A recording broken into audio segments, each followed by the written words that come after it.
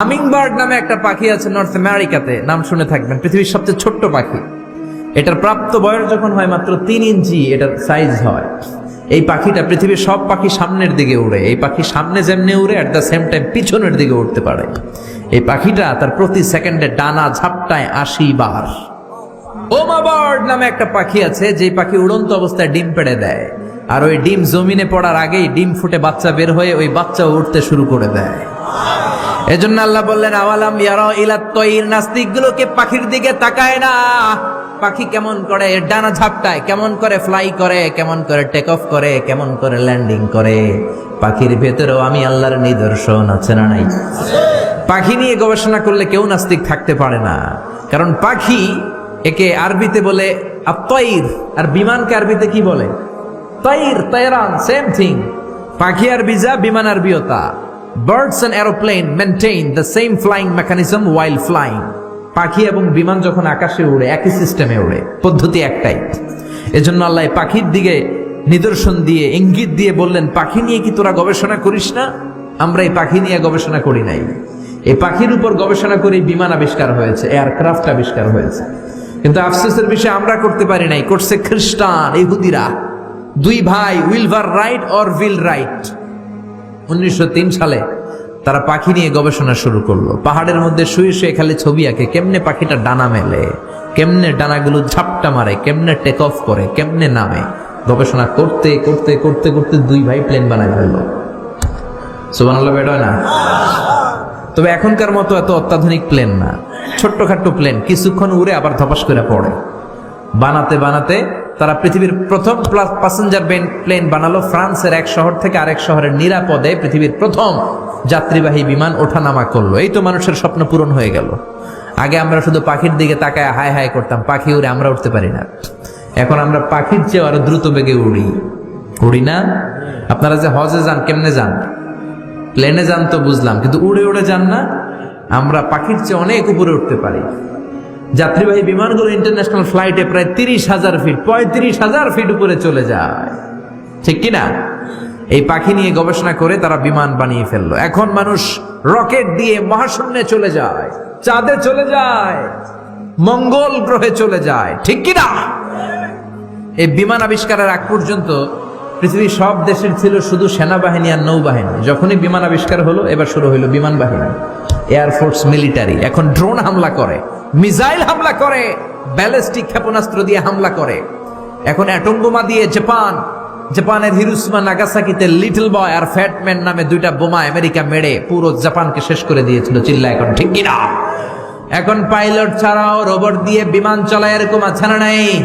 এজন্য আল্লাহ বললেন আওয়ালাম ইয়ারাউ ইলাত তায়রি ফাওকাহুম সাফাতিন ওয়া ইয়াকবিদ মা ইউমসিকুহুন্না ইল্লার রহমান ইন্নাহু বিকুল্লি শাইইন বাসীর। ওরা কি পাখির দিকে তাকায় না? পাখির মধ্যেও আমি আল্লাহর নিদর্শন আছে না নাই? আছে না নাই? এজন্য গবেষণা করতে হবে। আমাদের কোনো রিসার্চ নাই, গবেষণা নাই। গোটা বিশ্বে মুসলমানরা নির্যাতিত, কারণ আমাদের গবেষণা নাই। আমরা কথা বলি বেশি, কাজ করি কম। চিল্লা এখন, ঠিক কিনা? আল্লাহ বললেন গবেষণায় ডুব দে। কোরআনের ভেতরে গোটা বিশ্বের সব সফলতাকে ঢুকিয়ে দিয়েছে কে? এরপরে এই সূরাটা আল্লাহ শেষ করলেন, কুল আরাআইতুম ইন আসবাহা মাউকুম গাওরান ফামান ইয়াতিকুম বিমাইন মাইন। বলো দেখি, সবে শুকাইয়া যদি যায় এই পৃথিবীর পানি, তাহলে হেথায় তটনির ধারা কে দিবে সবারে আনি। আল্লাহ বললেন এই পৃথিবীর পানি যদি আমি সরিয়ে নেই, তোদেরকে পানি দিবে কে? দেওয়ার কেউ আছে? ঘুম থেকে উঠে দেখলেন কোনো খাবার নাই, কোনো গাছে কোনো ফলমূল নাই, ক্ষেতের মধ্যে কোনো শাকসবজি নাই, বাজারেও কোনো খাবার নাই। আপনাদেরকে তখন খাবার দিবে কে? আপনাকে খাদ্যমন্ত্রী ডোনাল্ড ট্রাম্প?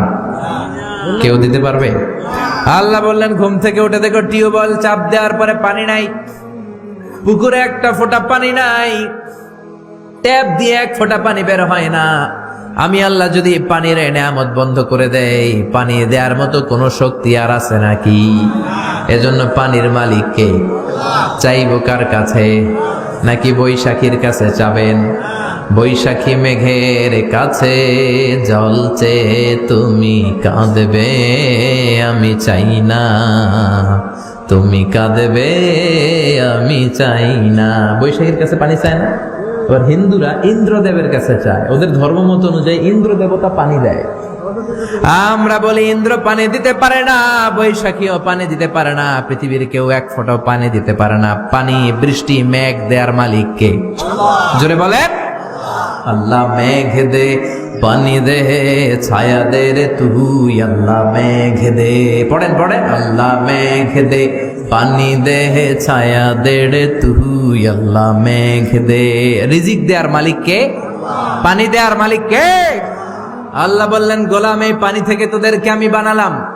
ওয়াজআলনা মিনাল মাই কুল্লা শাইইন হাই আফালা ইউমিনুন। আমি আল্লাহ পানি থেকে পৃথিবীর সব কিছুকে বানিয়েছি। কার কথা? ১৫০০ বছর আগে আল্লাহ কোরআনে জানালেন পৃথিবীতে যত প্রাণী আছে আল্লাহ বানালেন পানি থেকে। পানি নাই তো প্রাণ নাই, চাঁদে পানি নাই তো প্রাণ নাই, মঙ্গলে পানি নাই তো প্রাণ নাই, পৃথিবীতে পানি আছে প্রাণও। বিজ্ঞানীরাও তাই বলে, ওরা বলে পৃথিবীর প্রথম প্রাণ এসেছে নাকি পানি থেকে। ওরা নাম দিয়েছে অ্যামিবা। কি নাম শুনেন নাই? It's a very small unicellular organism in the world. পৃথিবীর সবচেয়ে ছোট জীবাশ্ম কণা ওরা পেয়েছে। ওরা বলে এটা পানি থেকে এসেছে। তারপরে এসেছে জুপ্লাঙ্কটন, ফাইটোপ্লাঙ্কটন, ব্যাকটেরিয়া প্লাঙ্কটন। এভাবে বিভিন্ন স্পিসিস গুলো, সৃষ্টির প্রজাতিগুলো ডেভেলপ করেছে। ওরা স্বীকার করেছে মহাবিশ্বের সব প্রাণী এসেছে পানি থেকে। চিল্লা এখন ঠিক কিনা? আবার আল্লাহ বললেন এই পানির মধ্যে আমি নিয়ামত দিলাম। কোথাও দিলাম লোনা পানি, কোথাও দিলাম মিঠা পানি। আবার সাগরের মধ্যে লোনা পানি একদিকে চলে যায়, মিঠা পানি আর একদিকে চলে যায়, দুইটা একসাথে থাকে কিন্তু মিশে না। আছে না নাই?